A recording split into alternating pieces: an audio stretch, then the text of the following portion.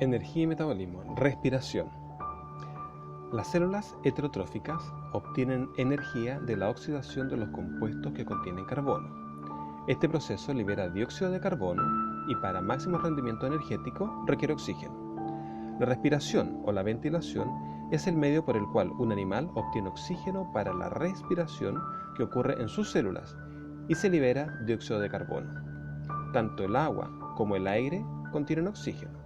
El oxígeno entra a las células y a los tejidos corporales por difusión, moviéndose desde regiones donde su presión parcial es alta a regiones donde su presión parcial es baja. Sin embargo, el movimiento de oxígeno por difusión es eficiente solo cuando hay un área superficial relativamente grande expuesta a la fuente de oxígeno y cuando la distancia por la cual el oxígeno difunde es corta. Las branquias y los pulmones surgieron como resultado de presiones selectivas que permitieron incrementar la eficiencia de los medios de intercambio gaseoso. Ambos órganos presentan grandes superficies para el intercambio de gases y tienen también una rica provisión de sangre que transporta estos gases hacia otras partes del cuerpo del animal.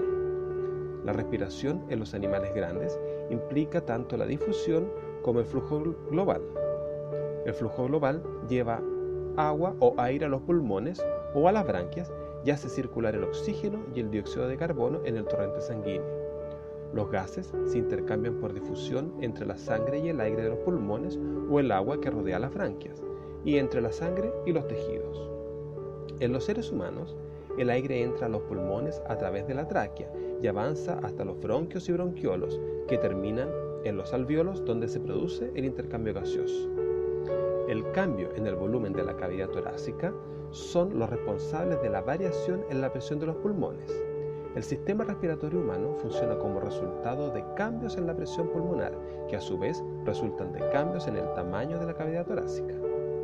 El oxígeno debe ser transportado a través de la sangre a todas las células del cuerpo. Los pigmentos respiratorios incrementan la capacidad de transportar el oxígeno en la sangre. En los vertebrados, el pigmento respiratorio es la hemoglobina que transporta el oxígeno. Cada molécula de hemoglobina tiene 4 subunidades, cada una de las cuales puede combinarse con una molécula de oxígeno. El dióxido de carbono es transportado en el plasma sanguíneo principalmente en forma de ion bicarbonato.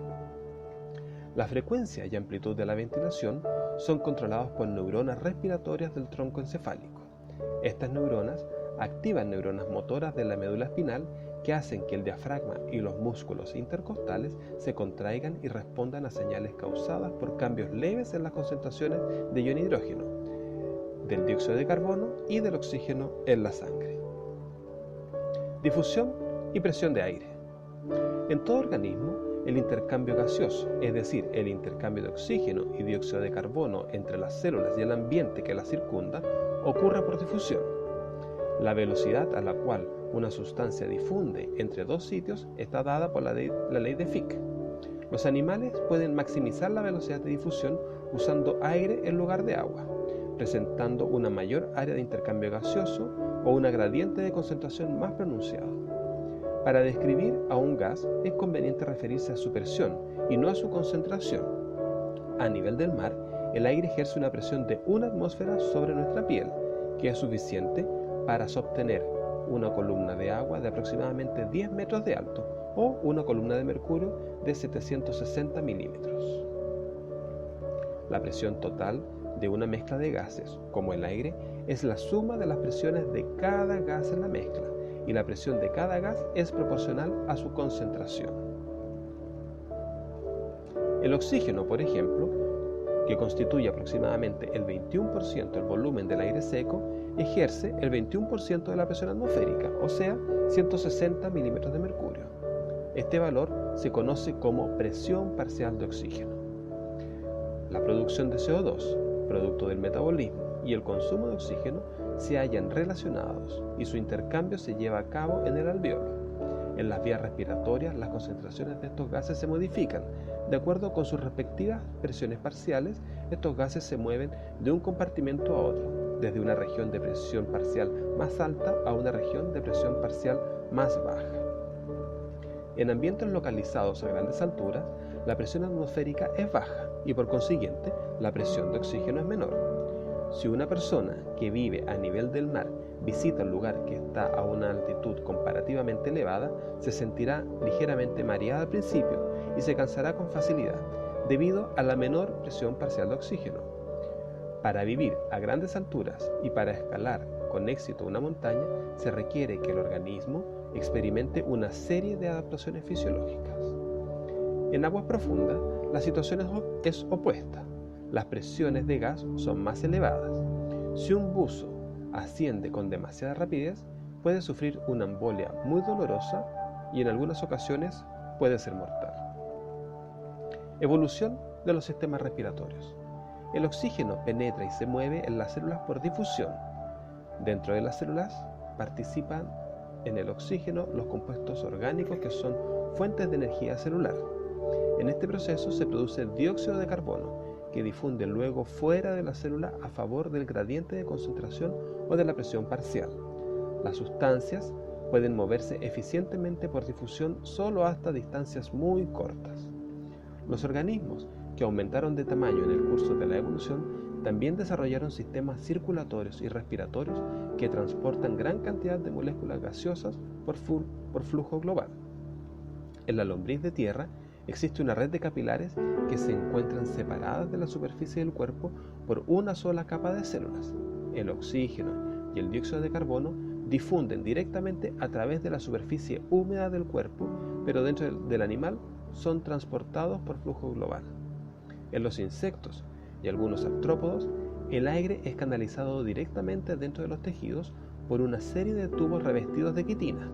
Este sistema es eficiente en los organismos pequeños, pero constituye una limitación importante al tamaño que puede ser alcanzado por un animal. Las branquias y los pulmones constituyen modos de incrementar la superficie respiratoria. Las branquias usualmente son superficies evaginadas, mientras que los pulmones son cavidades o superficies invaginadas. Frecuentemente, las branquias están cubiertas por un exoesqueleto, como en los crustáceos, o por una cubierta lobulada, como en los peces. En el axolote, el anfibio que se muestra más en la figura, la naturaleza externa de las branquias es claramente evidente. Su color rojo brillante se debe a la sangre que fluye a través de estas redes densas de capilares que se encuentran separadas de la superficie de la branquia por una única capa de células. La superficie respiratoria de la branquia, como la superficie de la lombriz de tierra, es una capa unicelular, expuesta al ambiente de un lado y a los vasos del sistema circulatorio del otro. Se cree que la branquia de los vertebrados cumplió primariamente una función alimentaria. En las branquias de los peces, los vasos de la circulación están dispuestos de modo tal que la sangre es bombeada a través de ellos en dirección opuesta a la del agua que contiene oxígeno, en una disposición de contracorriente que da como resultado una transferencia de oxígeno a la sangre mucho más eficiente que si ésta fluyese en la misma dirección del agua. La estructura anatómica de las branquias determina que la velocidad de difusión sea máxima. Los vasos circulatorios están dispuestos de tal forma que la sangre es bombeada a través de ellos en dirección opuesta a la del agua que lleva oxígeno. Esta disposición permite que la sangre que lleva más oxígeno, es decir, la sangre oxigenada que sale del filamento branquial, contacte con el agua que lleva más oxígeno, el agua que entra al filamento. Y la sangre que lleva menos oxígeno, o sea, la sangre desoxigenada que entra en el filamento branquial, contacte con el agua que lleva menos oxígeno, el agua que sale del filamento. Como resultado, la concentración de oxígeno de la sangre en cualquier parte del filamento branquial es inferior a la concentración de oxígeno del agua que fluye por la cámara branquial, y así el oxígeno siempre fluye desde el agua hacia la sangre. Los pulmones son cavidades internas desde las cuales el oxígeno contenido en el aire pasa al torrente sanguíneo. Presenta una ventaja abrumadora a quienes los portan, ya que las superficies respiratorias pueden mantenerse húmedas sin que se produzca una pérdida grande de agua por evaporación. Los pulmones también se encuentran en algunos invertebrados. Algunos peces primitivos tenían branquias y pulmones. Los anfibios y los reptiles tienen pulmones relativamente simples, con pequeñas superficies internas y dependen en gran medida de su piel para el intercambio gaseoso. Los reptiles respiran casi enteramente por sus pulmones.